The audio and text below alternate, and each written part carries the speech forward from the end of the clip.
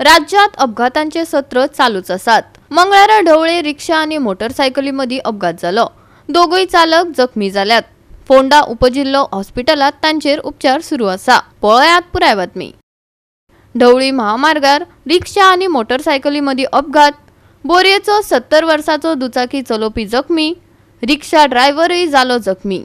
फोंडा उपजिल्हा हॉस्पिटलात केले ॲडमिट। रिक्षा ड्रायव्हर मुखेल रस्त्यार येतालो, दुचाकी चलोवपी फोंडा बोरी रस्त्या वाटेन वतालो। पुलिसांनी चलयला तपास। राज्यात अंडरग्राउंड केबलिंगाचे काम नेटान चल्ला। या कामाक लागून रस्त्याची चाळण जाल्ली दिश्टी पडटा। हेच रस्ते अपघातांक आनीक भर घालतात। भितरल्या रस्त्यांचे डांबरीकरण करपाची मागणी नेट धरपाक लागल्या। पळयात नितीक्षा गावकाराचो रिपोर्ट।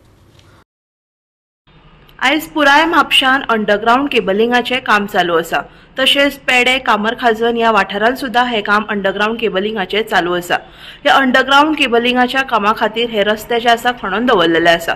खंय तरी बेगीनच्या बेगीन हे इंटरनल जे रस्ते आसा बेगीनच्या बेगीन डांबरीकरण जावपाक जाय।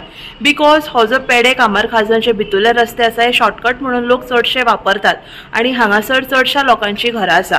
या रस्त्यांचेर येरादारी करपाक ह्या लोकांक खूपच त्रास जाता।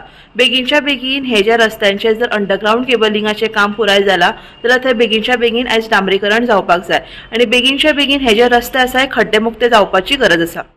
गोवा 365 खातीर कृष्णा नायक, नितीक्षा गावकार, मनीषा जाधव आणि संगीता ओली।